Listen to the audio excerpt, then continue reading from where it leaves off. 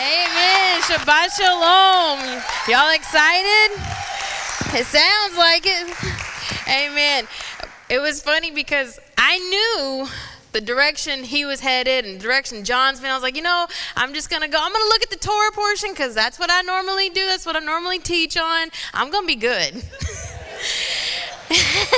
And as I began to look at some things, it just was there. It just fell. It was right there.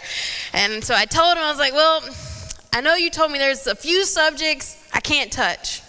I don't need to be looking at it. I need to leave it alone. And I was like, so maybe 50% of those I'm not going to touch.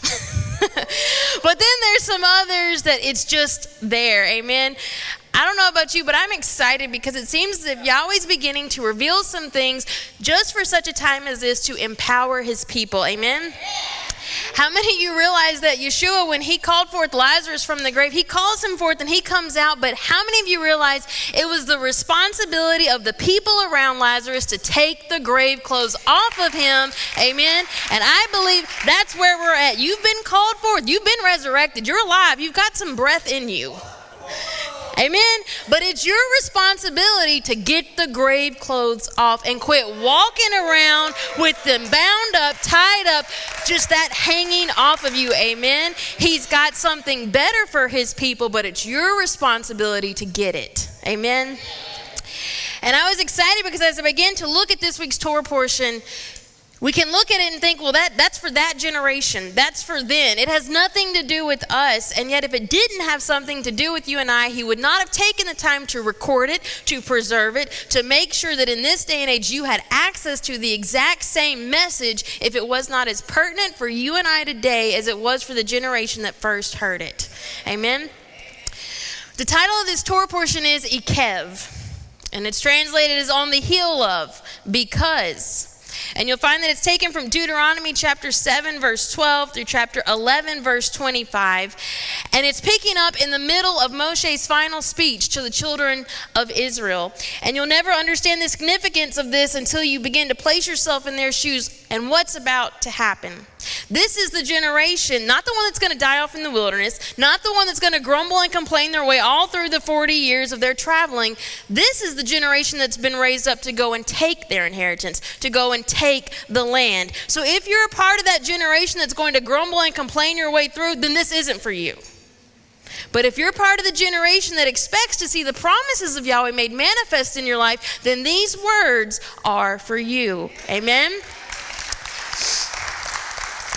And so we find as we begin to look at this, that this speech that Moshe is delivering to the children of Israel, it's a word of encouragement, it's a challenge, and it's also a warning.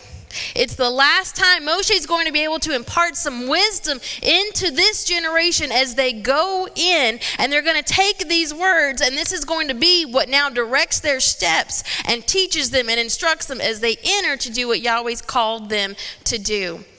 And as we begin to look at this section of this final speech, I found that it actually begins to specifically talk about Israel's right or lack thereof to access their inheritance, to access what Yahweh had promised them. And as we said earlier, you may ask, well, what does this have to do with you and I? Well, in Galatians chapter 3, verse 29, he makes it very clear. If you are Messiah's, if you are in Messiah, then you are Abraham's seed and heirs according to the promise. In other words, all the promises that he first gave to Abraham in Messiah, you now as well have access to those same promises. Amen? But how many realize that just as the generation that was looking and seeing and about to take hold of it, there's a responsibility on you and I. Whether you see it made manifest or not will depend on what you choose to do with it. Whether you choose to take off the grave clothes and walk in what he has for you or not. And so we find that the answer to the question of what does this have to do with us, it has everything to do with you. And we find that this dissertation from Moshe, it begins to take on new purpose and new meaning, because all of a sudden now, as we begin to look at this and we read these words, guess what? It's no longer words from thousands of years ago to a people that we have no clue who he was talking to. But all of a sudden, guess what? Yahweh gets in your business. All of a sudden, it's as if you're standing right there and you're about to face one of the biggest battles of your life. And he begins to send a sent word to you to give you some instructions, to give you a step-by-step of what you need to do. And now, my goodness, how much are we going to listen? How much effort are we going to put into making sure that we hear what it is? Because it could be life or death. It could mean that I either access what he has for me or I'm cut off like the generation that I can look behind and see the graves in the wilderness that they didn't walk out of. Amen? And so we find that what Moshe begins to instruct the children of Israel in this last speech is how to access and properly handle what Yahweh's about to entrust them with. How many realize that if you don't properly handle the blessings from Yahweh, then those same promises can be cut off from you? You can be removed, because if he gives you a blessing, if he gives you a promise, you are literally becoming a steward of that blessing. It belongs to him. It's his, but he trusts you enough to now handle the affairs of that promise, of that blessing. And so we find there's a responsibility that goes along with this. And so as the children of Israel are preparing to enter into the land, he begins to instruct them with some very significant words so they can understand this is how you're supposed to handle it. This is how the affairs of my kingdom are going to be carried out if you're going to be a part of it. Amen? And so let's take a look at this in Deuteronomy chapter 7, verse 12. And as we said, it picks up right in the middle. And so when you go back and read the whole book of Deuteronomy, you'll find the whole message that's being spoken. But we're going to pick up right here in verse 12. And it says, "Wherefore it shall come to pass, if you hearken unto these judgments and keep and do them, that Yahweh thy Elohim shall keep unto thee the covenant and the mercy which he swore unto thy fathers. And he will love thee, and he will bless thee and multiply thee. He will also bless the fruit of thy womb, the fruit of thy land, thy corn, thy wine, and thine oil, the increase of thy kind, and the flocks of thy sheep, in the land which he swore unto thy fathers to give thee. Thou shalt be blessed above all people. There shall not be male or female barren among you or among your cattle." And he goes on to talk about how he'll remove all the sickness and the disease, all the evil from off of his people when they go in to possess the inheritance that he has for them. This is part of the promise that he has given you and I. But we need to look at this a little bit closer, because Moshe begins to put some parameters, some instructions regarding this blessing, because my goodness, there's a great responsibility that is going to accompany this great blessing. And it starts off, and in the English, it really doesn't mean much to us. It's just the term wherefore, if, because of. It comes from the word in Hebrew, Strong's number 6118, Eikev, and it means consequence or because, but it can infer the end, the latter part of anything, and it can even be referring to a sense of time. So we find that not only does this term refer to results due to certain actions, but just as easily this term Eikev that begins to open up this section of the speech could have inferred in the end, in the Eikev, in the latter part of this days. And so we find once again, it seems that there's a little clue. Moshe's letting know, I'm not just speaking to the generation that's standing before me, but I'm looking across the passage of time, and I'm looking at another generation that's going to be faced with the exact same choices. The generation in the end, the generation at the Eikev, the generation in the latter days, the ones that would come at the last. These words become just as important and powerful for you. And we find that the generation that more than any other generation throughout history that needs to understand what it means to possess their inheritance would be the generation at the end. Why? Because it's the generation that's reserved for the end that's going to see the kingdom of Yahweh established. And so if we don't understand how his kingdom works, if we don't understand what it means to plug into his kingdom, what it means to be an active part, then we will miss the promises, we'll miss the inheritance that he's promised his people. Amen? So as we continue to look at this word, you'll find that this word has so much more meaning than what we see in the English. Wherefore, because of. And it can all be summed up in this one term. Everything, the points that are about to be made can all be seen in this one word. If you continue to look at it, it's from the root Strong's number 6117, Eikev, and it means to supplant, to circumvent, to take by the heel. And if you're familiar with certain words in the Hebrew, then you'll recognize and you'll begin to make some connections that it's the root of the name Jacob or Yaakov. And we find that there's become such a stigma associated with the name Jacob that even when you look up in the concordances and in the interlinears what Jacob means, a lot of times they'll translate it as meaning from the roots to supplant, to usurp.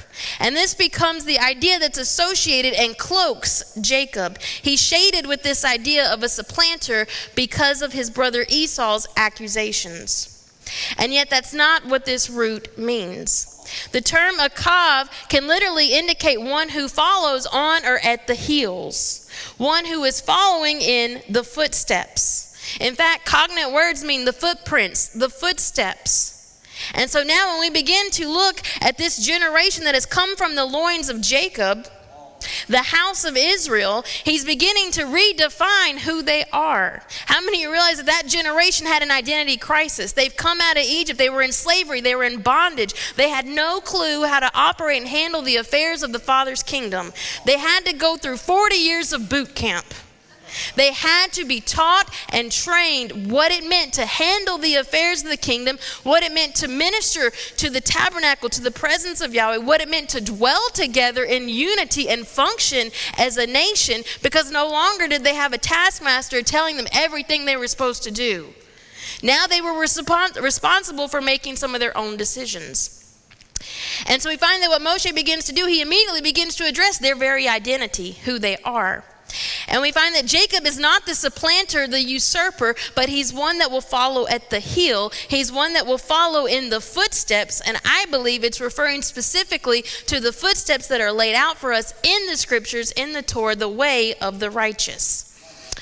And so we find that in this term Eikev, in the Hebrew, you can literally see both a blessed and a cursed aspect to this same concept. You can be an individual that follows in the footsteps, and if you're one that follows in the footsteps, it's an indicator that it's going to give you a right and access to your promises, to your blessings, to your inheritance. Or if you're one that will attempt to access that outside of this pattern, outside of following these footsteps, then you will be indicated as one that's a usurper and one that is trying to supplant it because you're not following the right manner.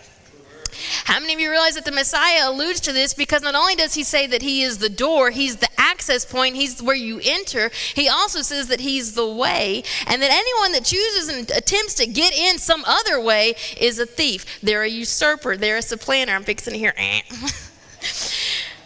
So we have to ask, what's the significance of the footsteps? What does it mean to follow in the footsteps? What is the purpose of this? Why is this so significant?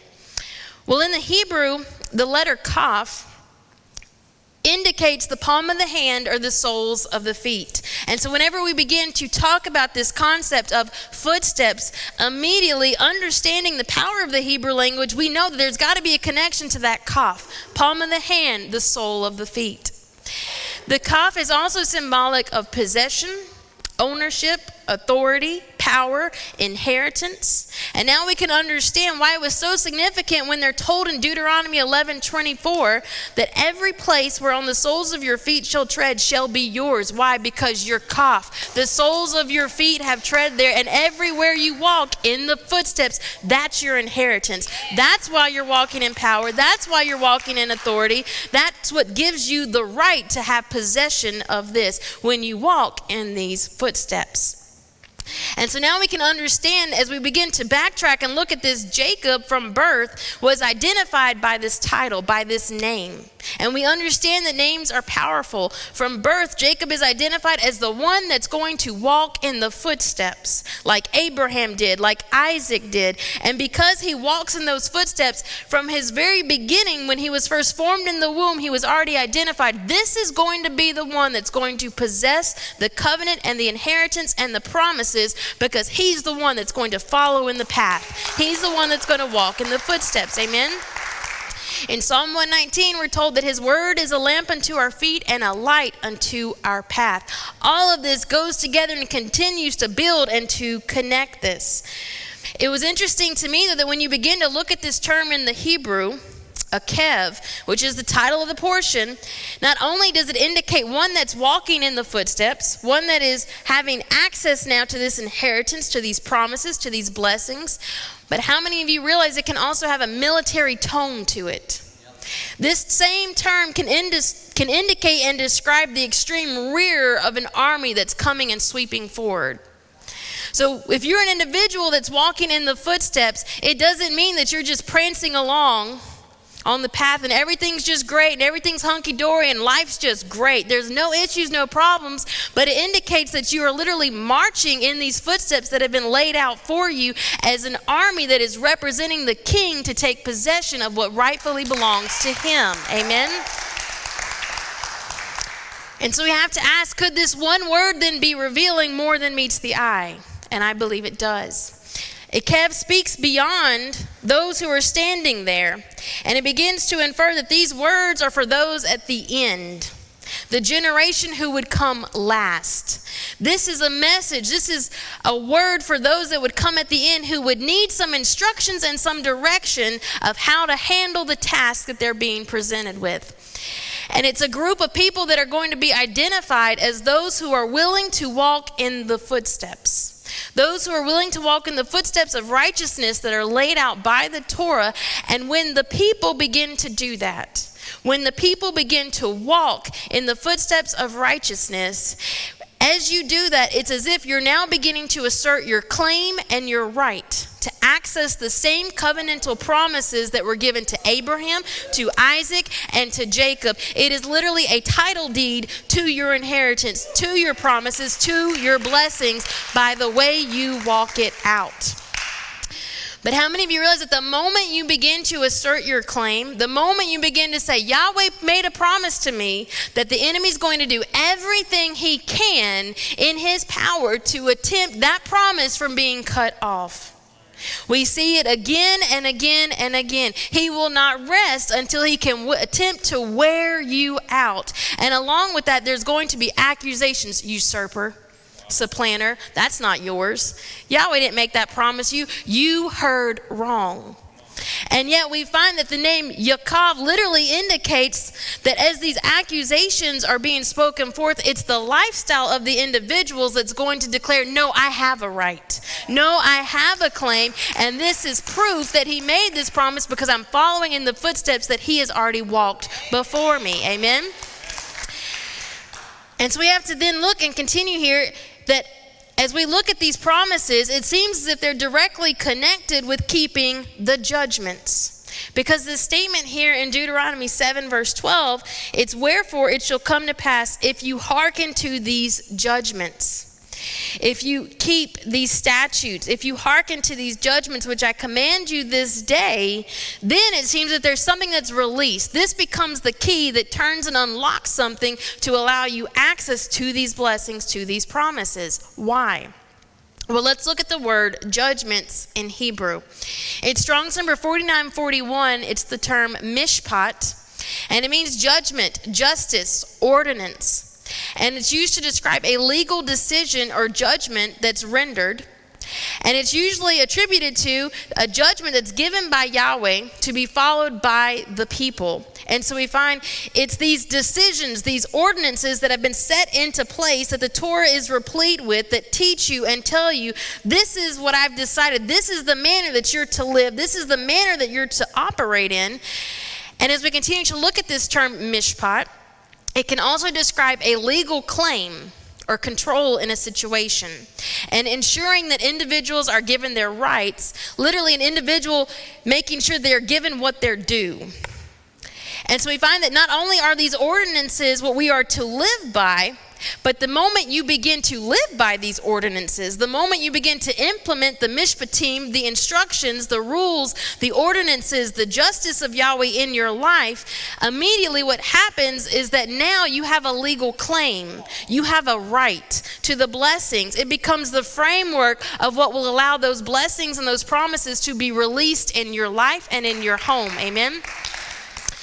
And so we find now we can understand when Moshe begins to teach the children of Israel, Eikev Mishpat, he's letting you know, if you'll walk in the footsteps of the Mishpatim, this is your claim to the land. It's not because you're more righteous on your own than anyone else. It's not because you haven't been rebellious and stiff-necked. In fact, read the whole Torah portion. He goes through and he reminds them, oh, remember the golden calf? Yeah, you were stiff-necked and rebellious there. Oh, remember this instance and this instance?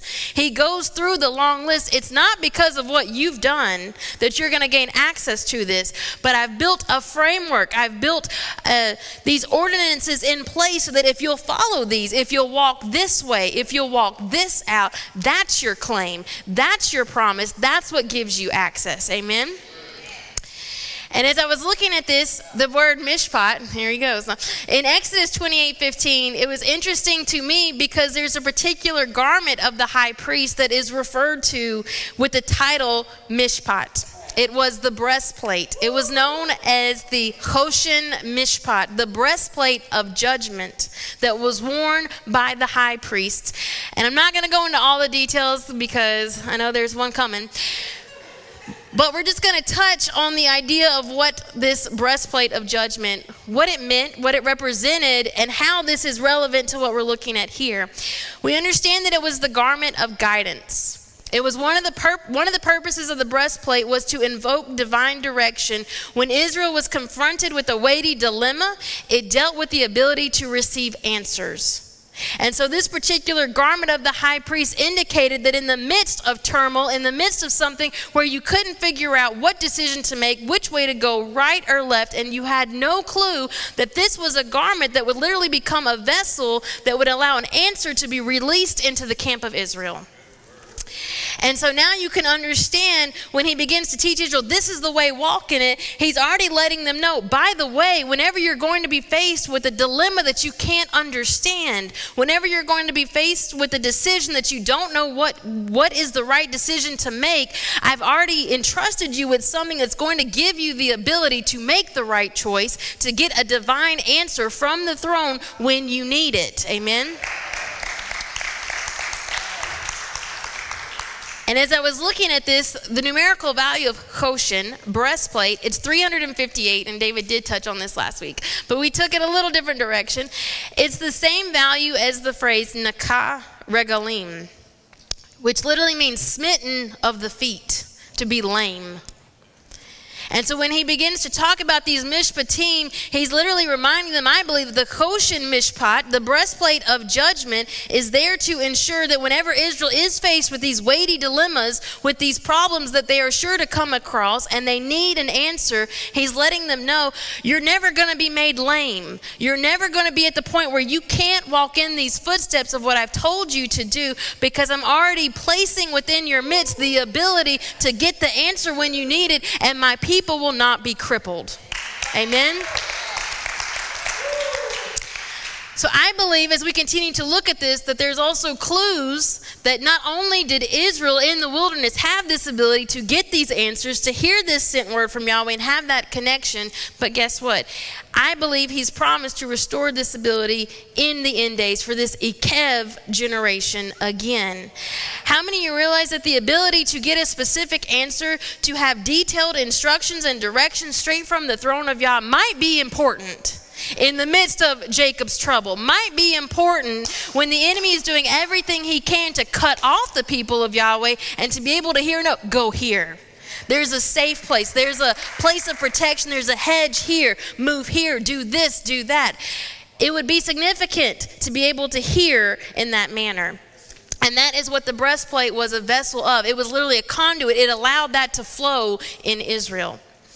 And so we find this ability seems that must be restored to the exiles in the Eikev, in the end, to return in order to once again walk in this manner, to follow in these footsteps. And in Isaiah chapter 40, verse 4, I believe is where we see some clues indicated and hinting at this. In Isaiah 40 verse 4, it says, every valley shall be exalted, and every mountain and hill shall be made low. And the crooked shall be made straight, and the rough places plain. And when you go and you begin to look in Isaiah 40, it's a prophecy concerning a path that's being made for the return of the exiles. All those that have been scattered, all those that have been cut off, all those that didn't understand the footsteps they were to be walking in because they didn't even know who they were or who they were following.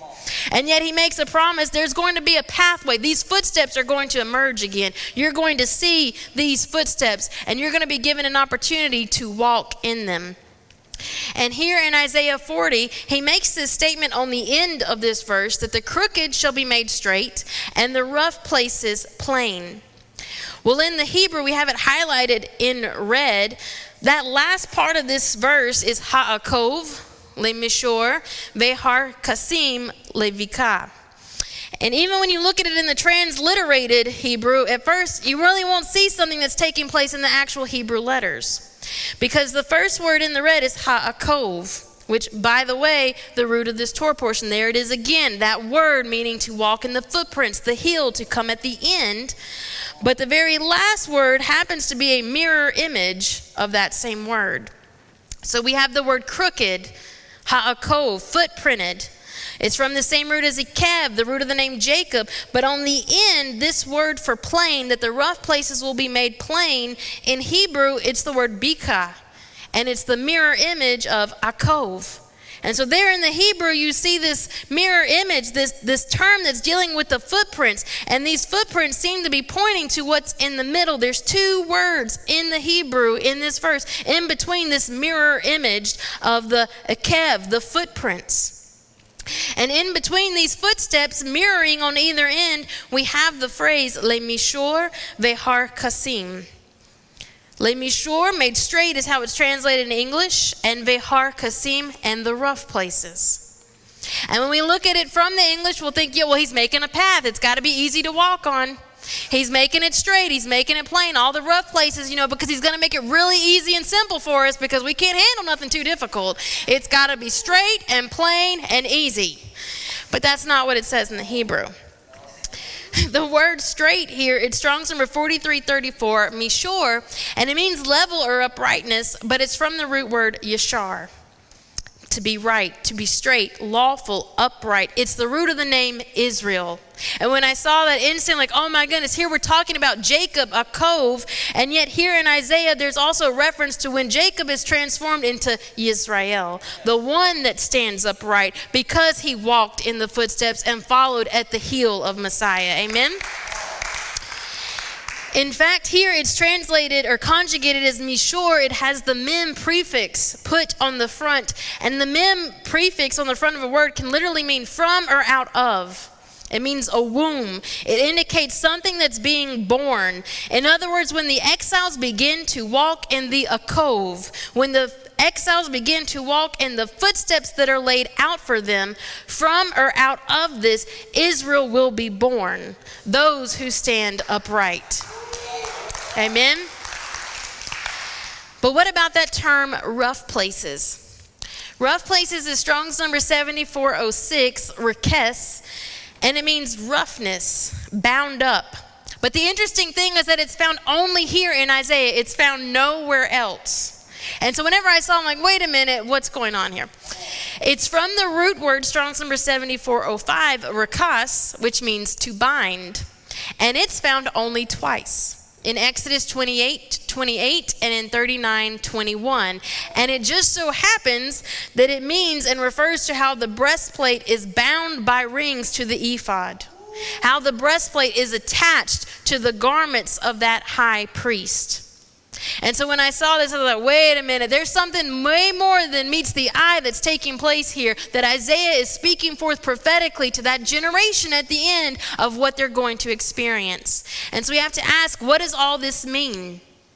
Could it be revealing that when the exiles, those who have been scattered, removed from their inheritance because of their disobedience, because they refuse to walk in the way, because they refuse to walk in the ancient paths, that when they're scattered from their inheritance, their blessings, their covenant, and it seems as if they have no purpose, they have no direction, they're wandering around in their exile, but the promise that is spoken forth in Isaiah is that the minute they begin to walk once again in these footsteps, when they begin to understand that they have a purpose, they have a direction, they have a promise and a blessing from the Father, and they begin to walk in these footsteps, the promise is made that there's going to be a transformation once again that takes place. And collectively they will become transformed into the one that previously was Eikev, the one that comes at the end, the one that's walking in these footsteps, and they'll be transformed and become known as the one that is Yashar'el, the one who stands upright. But even more than that, he gives them a further promise in that word rakas. Not only will they be the ones that stand upright, but they'll be the one that now has attached to them and put on the choshen mishpat, that breastplate of judgment. Amen. And we find that when they put on this choshen mishpat, this breastplate of judgment, the promise there is that when they do that, when they walk in this capacity, that choshen mishpat is going to give them the ability to walk in discernment, to walk in wisdom, to walk in understanding, and they're going to begin to receive the answers from Yahweh that's needed so that in the days ahead they won't be made lame, they won't be crippled, because they're being sent forth with a task to do. Amen? And so we find that when this choshen mishpat, the breastplate, is once again seen among the house of Israel, it's literally indicating this sort of intimacy that they're beginning to hear. Their ears are tuned into the words of the Father, and they're able to have direction and discernment and to hear a sent word when it's needed. And my goodness, we see that this is attached to this generation that's known as the Eikev, the one that's going to come at the end, the one that's going to come at the heel, at the last. How many of you realize that more than any other generation throughout history, it'll be the generation at the Eikev, the generation at the end that would be in most need of having this type of direction and having this type of connection to the Father. Amen? To have the ability to walk in discernment and wisdom and understanding, in order that as the enemy begins to step on the scene and he comes with lying signs and wonders, that even if it were possible the elect would be deceived, if you're walking in this manner, you'll be one that'll be able to discern and say, no, that's not it. I'm walking in the footsteps. There's a track record here. I know the way he operates. I know the direction he's taken us, and that's not it, because I've walked in these footsteps now for quite some time. Amen? As we continue to look at this, the numerical value of this term, rakes, translated as rough places, but literally the action of the breastplate being bound to the ephod, it has a numerical value of 280. It's the same as the term sakar, and it means to shut up, to stop up, to close up. Something that's cut off in a sense. It's hidden away, it's secreted, it's closed up, you don't have access to it. But it's also the same as the phrase ha'ara, which means to expose, to uncover, in other words, to unstop it, to unshut it up, to unclose it, to reveal it. And the interesting thing is that it can mean to prepare a weapon for use by uncovering it. As in a sword that's been sheathed, it's now taken out and it's ready to be used. Connecting all this together, it then seems to reveal that when the exiles begin to walk in these footsteps, not only are they being transformed into those that walk upright, they're responsible for keeping the mishpat, the judgments of Yahweh. They now wear and are adorned with a proper garments to do so. But also the indicator that's taking place here is that this is something that's been shut up. It's been closed off. Access was cut off. Why? Because when you don't handle the blessings and the promises of Yahweh in the right manner, you're cut off from them. He will not allow it to be tampered with or hindered. Ask Israel, you don't want to abide by the Jubilee and the Shemitah years? Get out of the land. The land will have its rest. These are the mishpat that my kingdom is based off of. And so as long as you're willing to walk in these, you'll have access. The moment you don't, well, then you're removed and someone that will is raised up. And so we find that this has been something that's been closed off, shut up. It did not have access to it. But he's indicating here that the moment that you begin to operate in this again, it's as if it's going to be uncovered. It's going to be unsheathed. It's going to be revealed. And now you're once again going to have access to something that you did not before. And it indicates that there's been a maturation that's taken place, a maturity level that's increased. There's been some lessons that were learned while we wandered around in our exile. Now we understand when he says, this is the way, walk in it. Okay. Amen. And so we find that these exiles, the ones that have been cut off from the very source of life, they now themselves will become a force to be reckoned with. Why? Because they're now beginning to function in the role that they were created for. They were created to be the representatives of Yahweh Almighty on the earth and to make sure that his kingdom was enforced. And now the moment that they begin to walk in this, they now become that weapon that's being unsheathed, one to be reckoned with, because my goodness, now they're actually walking in what he made them to be. Amen. Now, as we continue to look at this word, mishpat, these judgments that seem to be the key that turns the lock and it unlocks your access to this, we're going to break this word apart. It's spelled in the Hebrew, mem, shin, pei, tet. The letter mem, as we already referred to earlier, it can mean from or out of, to birth something. It's a womb in a sense, and something's about to burst forth. The shin, pei root in the middle is connected to the word shuf in Hebrew. It's Strong's number 7779, and it means to crush, to bruise. Its most significant usage is found in Genesis 3:15, and it's in regards to the war between the seed of the woman and the seed of the serpent. And it says that it shall bruise Shuf thy head, and thou shalt bruise Shuf his heel, his Eikev.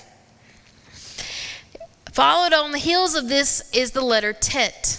It means to surround, but in the Hebrew you'll notice that this letter, it curves into itself, and it's literally a picture of one that will come and bow before another. And the reason that you're bowing before this other individual is to take on a yoke, to take on a responsibility, to take on an accountability, to take on something to now carry it and make sure it's taken care of. Do you think perhaps that honoring the mishpat, honoring these judgments, walking out in this manner is literally symbolic of you taking on the yoke or taking upon the breastplate, which is the choshen mishpat, the garment of the judgment, the yoke of administering the judgments of Yahweh now comes upon you, and you're entrusted with this to handle it in the right manner? We find that the mishpat, the judgments of Yahweh, reveal to us that the footprints that we are to follow and walk in, they're laid out through his mishpatim, through his judgments. But not only does it reveal this, but by doing this, when you begin to walk this out, it is from or out of, it is birthed from this, the war between the serpent and you. Because how many of you realize when we look in Genesis 3:15, a lot of times we're like, yep, he's talking about the Messiah. He's going to make war with the Messiah, and he's going to bruise his heel. Well, we just told you, you're the one supposed to be walking in those same footsteps. You become the one that's following at the heels of the Messiah. And literally that word is Eikev. Not only can it mean that he'll bruise his heel, but it can also indicate that he's going to bruise the ones that are coming at the heel, the ones that are walking in those same footprints.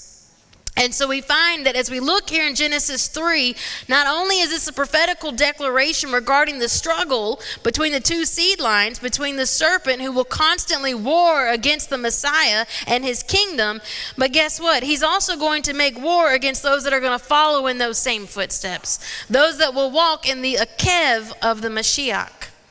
He will attempt to shuf, to bruise and to crush those who will walk in this manner. And so we find that when he begins to talk about the mishpat, he's letting you know this is why there's a warfare term that comes along with this. It's not easy. It's not simple. It's not something that everyone will choose to partake in. Why?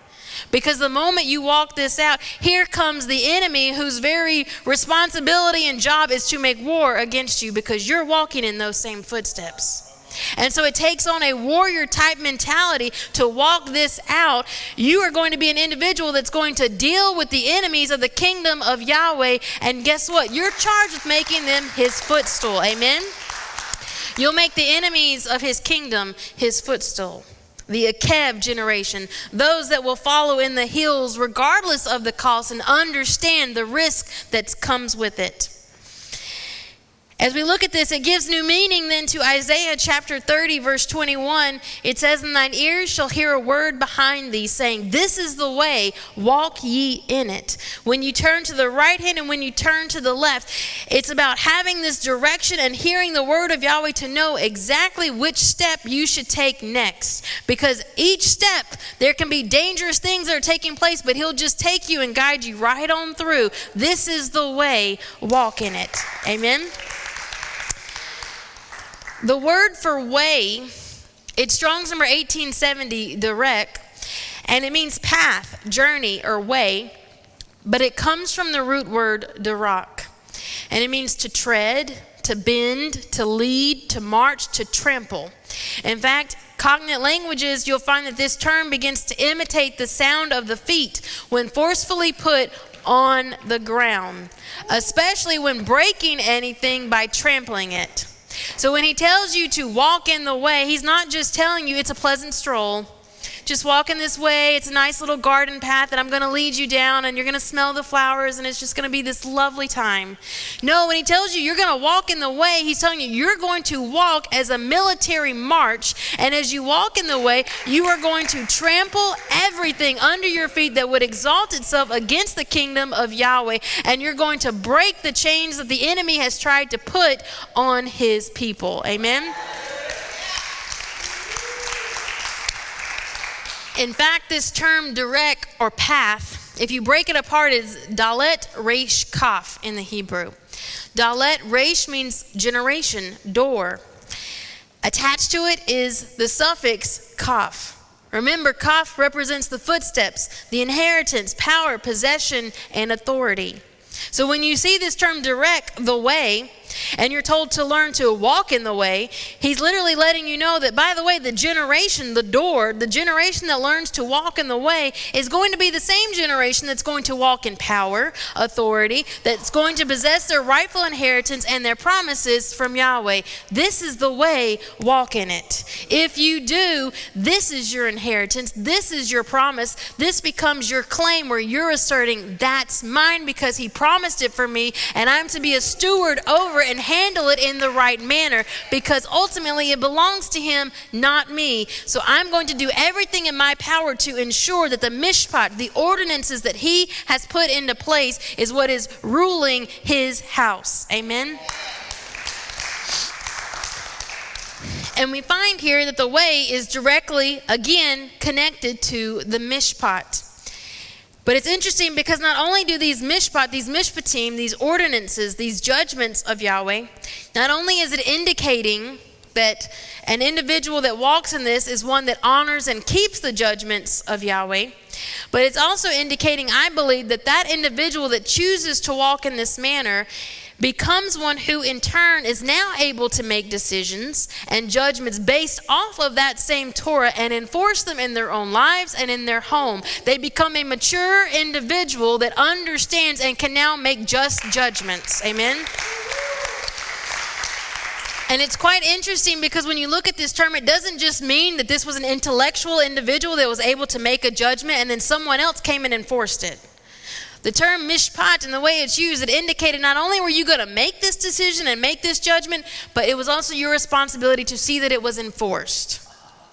And so we find a lot of times we're content to make a declaration and say, yep, this is the way, you should do that.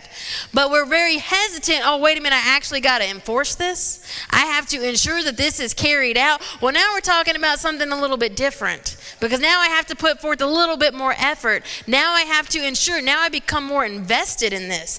Now it costs me a little bit more because what if it's the mishpatim in my own life, the mishpatim in my own house, in our own congregation, in our own community? So now you could can understand why you need to know that you've heard and you're walking in honor and you're walking in the plans and the path that Yahweh has laid out for you, so that when you make a judgment, you can say, that wasn't something that I cooked up.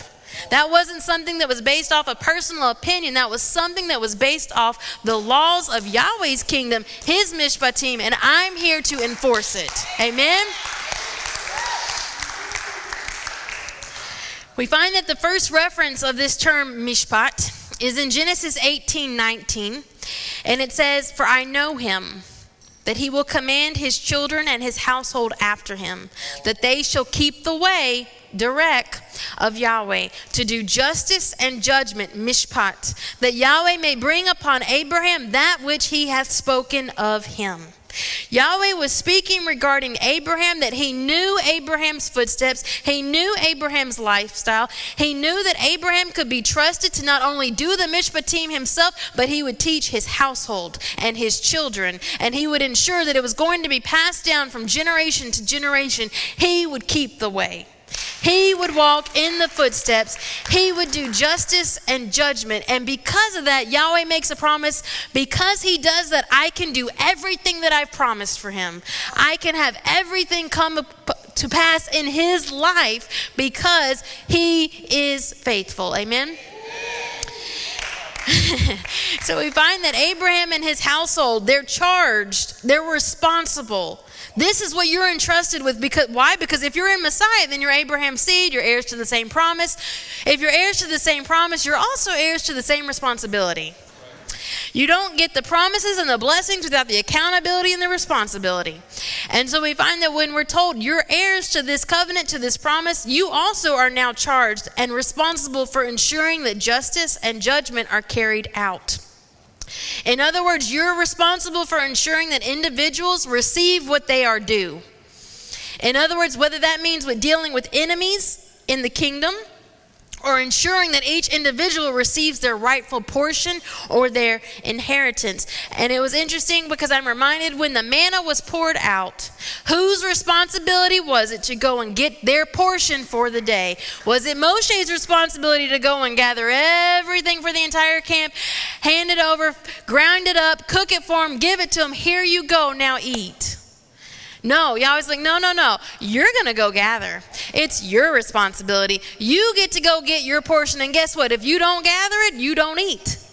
And if you don't gather enough on Shabbat, well, then you're going to go hungry because it's not going to be there on Shabbat. And so he begins to instruct them. And we even see in the scriptures, this was a test of their obedience. It was a test of their faithfulness. Would they be obedient to go forth and take what Yahweh promised them and ensured them and put forth an effort to put forth their rights and receive their inheritance? And we find that there's a lot of issues that come into play with that. Once again, Israel's rebellious. Why can't you just do it? He's like, no. You get to put your hand forth and do this. And so we find that an important question arises. Did each tribe get the exact same inheritance? Because this is what this is dealing with. The children of Abraham, his household, is responsible for making sure each individual gets what they're due, what their promise is, what they have for them. And we find that the answer is no, they did not all get the exact same thing. Each one had a specific place that Yahweh was intended for them to plug in and do.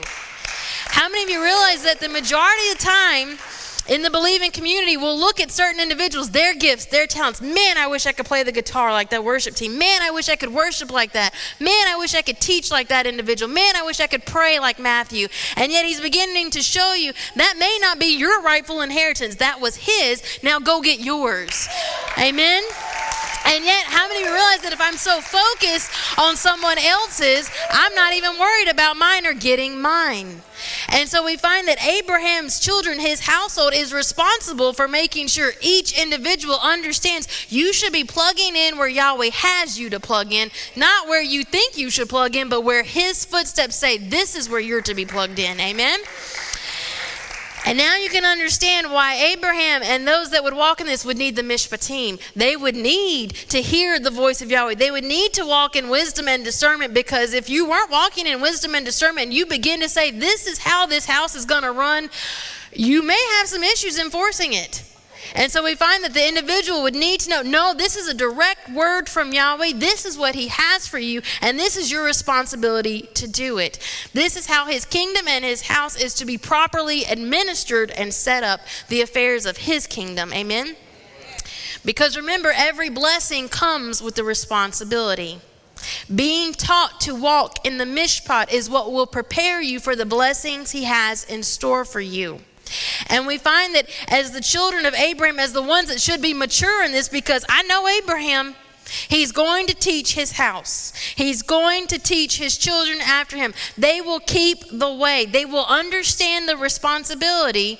So if you are one of these individuals, then we find that you as well are charged with this. You are supposed to be able to disperse and multiply that blessing in the lives of others, but you don't just dump, here's the blessing, have fun. Instead, he's like, no, that's not the way this works.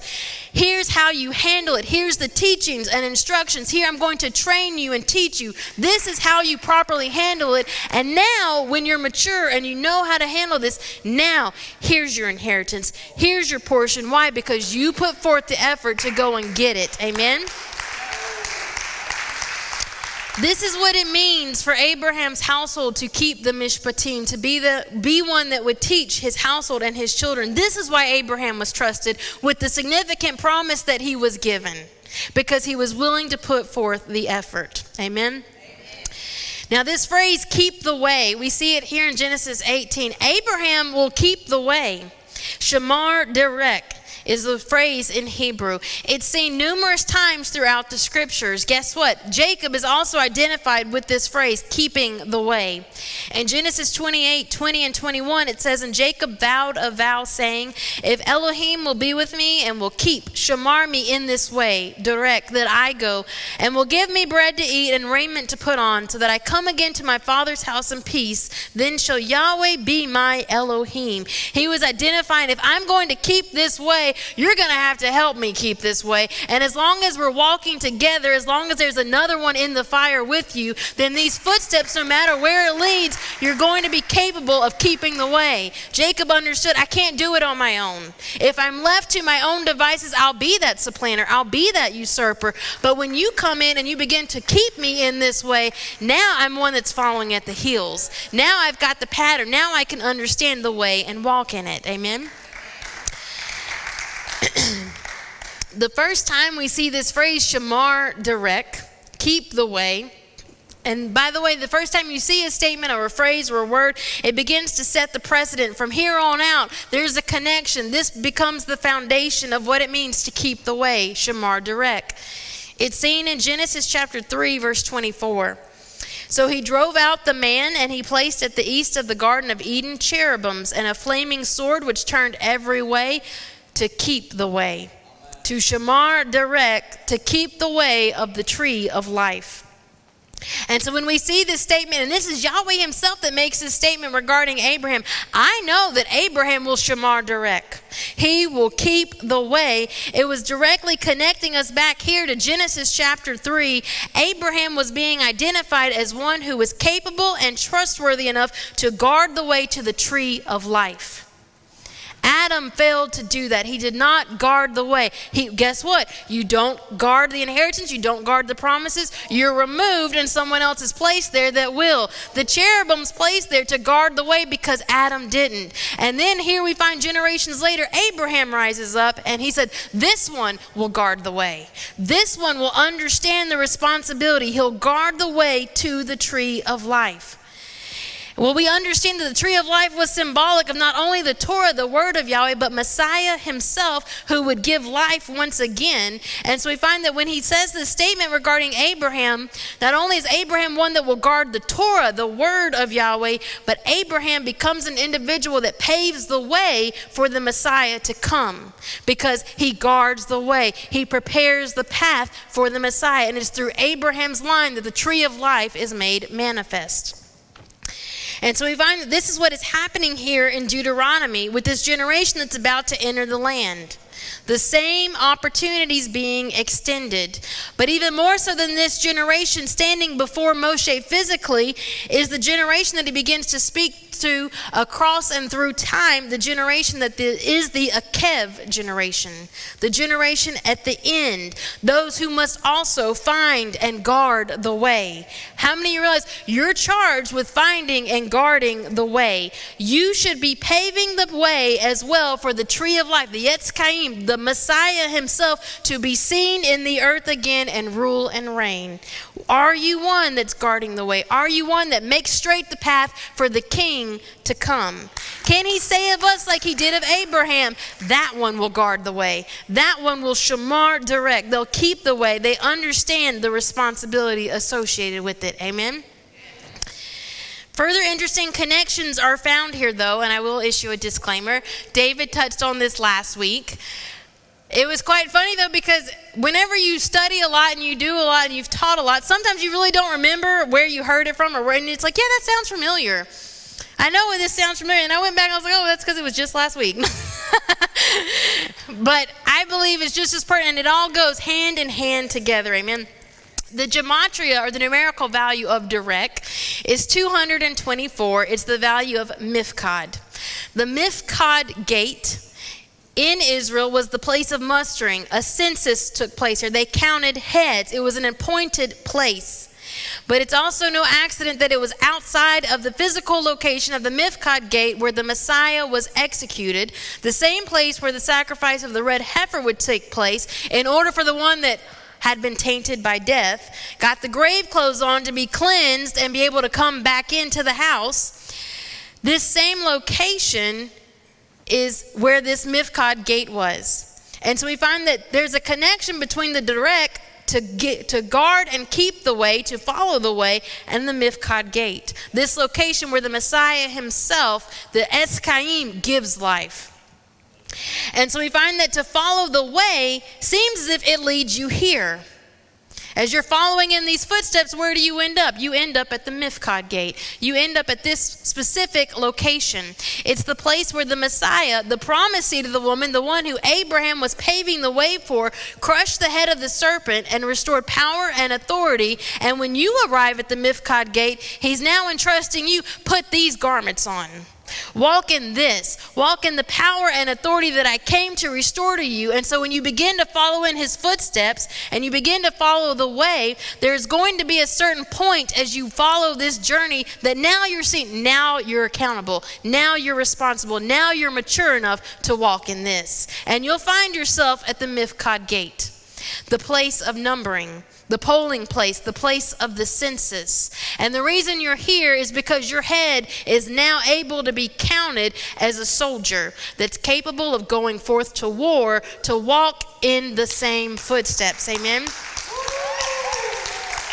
Because how many of you realize that's the whole reason Israel was pakad, counted? Count the ones that are capable of going forth to war. This is the guidelines of who I want you to count. And so when Yeshua leads you to the Mifkad gate, he's letting you know, if you show up here, it's because you're saying, I'm ready. Send me. Hanani, here I am. Amen? How many of you realize that to be counted at this Mifkad gate, we see this in the book of Numbers, that whenever Israel was counted, whenever there was a census, a polling that took place, they had to declare their lineage and their pedigree, whose house, the tribe that they came from. And yet we find that if this is the case, that it's the exiles that are following in these footsteps, that this is the pathway of the exiles returning, well, my goodness, the exiles have no clue what their pedigree is. The exiles have no clue what their lineage is. That was part of the exile. They lost that. They lost their identity. And here they find themselves at the Mifkad gate. How can they prove their right to this inheritance? Could it be that their footsteps, their manner of life is going to be examined when they come to be counted?